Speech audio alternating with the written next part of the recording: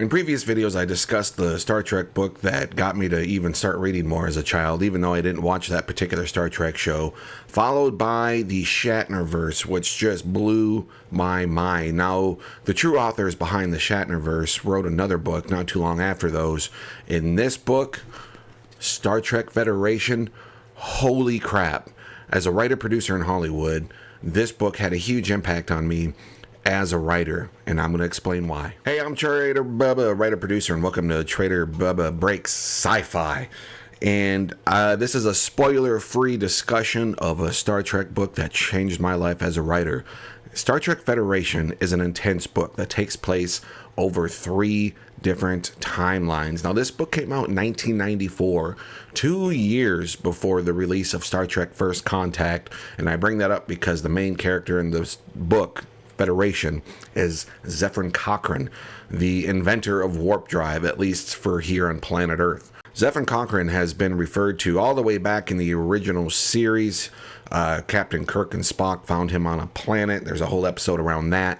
And then, of course, he'll be featured again later in Star Trek First Contact, where we actually see the flight of the Phoenix, the first warp drive ship, and how that affected Earth.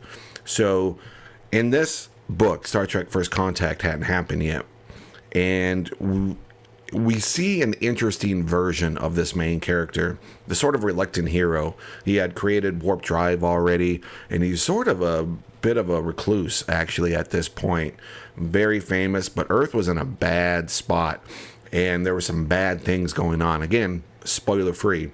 But the point of this video isn't to talk about the plot, which is heavy. It's how this book manages to take a very heavy Star Trek plot and keep you engaged emotionally through character development, namely through Zefram Cochrane. Don't get me wrong, Kirk and Picard are also amazing in this book. The writers are insanely awesome. And I'm going to tell you right now, if any other authors had written this book, it wouldn't nearly be as good. It would have been a look at this cool plot from Star Trek here mixed in with this cool plot from Star Trek there. It would have been a giant, sort of fan base thing that outside audiences couldn't relate to. But they're able to take a very specific sci-fi universe, which is Star Trek, and make it accessible to everyone. And in this book, that's insanely hard to do because, again, it's so world building heavy. It's so Star Trek universe heavy. If you've never seen an episode of Star Trek, any show or movie, you could still pick up this book and fall in love. That's how good the writing is. And that taught me something as a writer.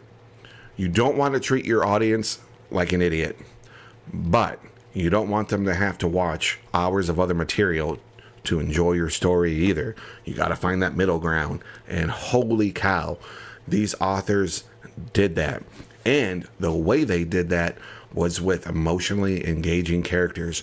You get caught up in Zefram Cochrane's story. You really want to see what happens to that guy in this story.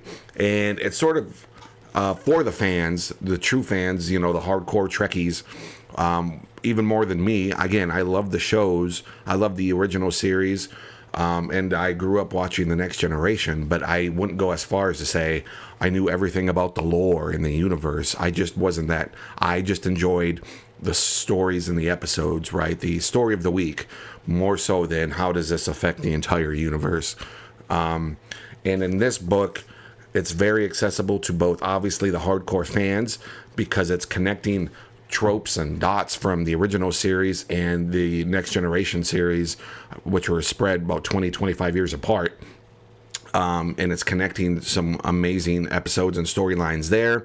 But if you have never seen those shows before, you're going to be just fine because it's so emotionally engaging and they do such a wonderful job of gripping you and pulling you in with Zefram Cochrane's story, which is set in a very near future, in a very realistic near future, and then pushing you into the Star Trek universe a little further ahead of time.